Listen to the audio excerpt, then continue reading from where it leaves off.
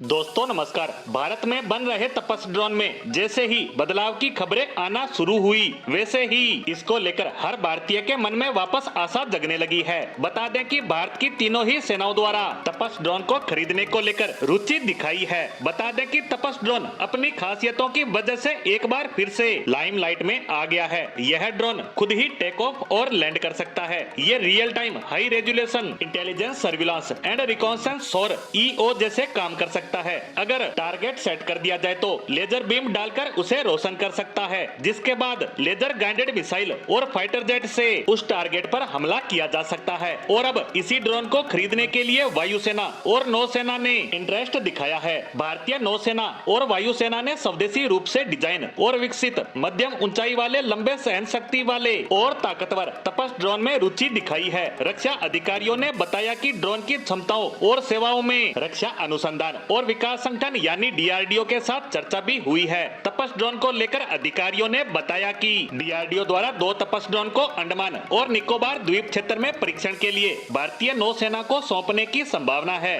अगर परीक्षण सफल रहते हैं तो 10 से 12 ड्रोन के ऑर्डर दिए जा सकते हैं। उन्होंने कहा कि भारतीय वायुसेना इस मुद्दे पर आगे का फैसला लेने से पहले अन्य मुद्दों के साथ साथ ड्रोन के प्रदर्शन को भी देखेगी। बता दें कि तपस को अमेरिका के जनरल एटॉमिक्स के MQ-1 प्रीडेटर ड्रोन के जैसा ही बनाया है। अमेरिका ने प्रीडेटर ड्रोन को सर्विलांस से लड़ाकू बना दिया। यह ड्रोन हवा से सतह पर मार करने वाली मिसाइल के जरिए हमले को अंजाम दे सकता है, यानी तपस को भी आने वाले समय में किलर ड्रोन बनाया जा सकता है। अब इस ड्रोन की खासियतों की बात करें तो ये ड्रोन 9.5 मीटर लंबा और 20.6 मीटर चौड़ा और इसका वजन 1800 किलोग्राम के लगभग है। यह 130 से 180 HP तक की पावर जनरेट करने में सक्षम है। वहीं इस ड्रोन की टॉप स्पीड की बात करें तो यह 224 किलोमीटर प्रति घंटे की रफ्तार से उड़ने में सक्षम है। इसके साथ साथ यह 35,000 फीट तक की ऊंचाई पर 24 घंटे तक टिका रह सकता है। वहीं इसकी रेंज की बात करें तो वह है 1000 किलोमीटर। डीआरडीओ ने हाल ही में रक्षा बलों के साथ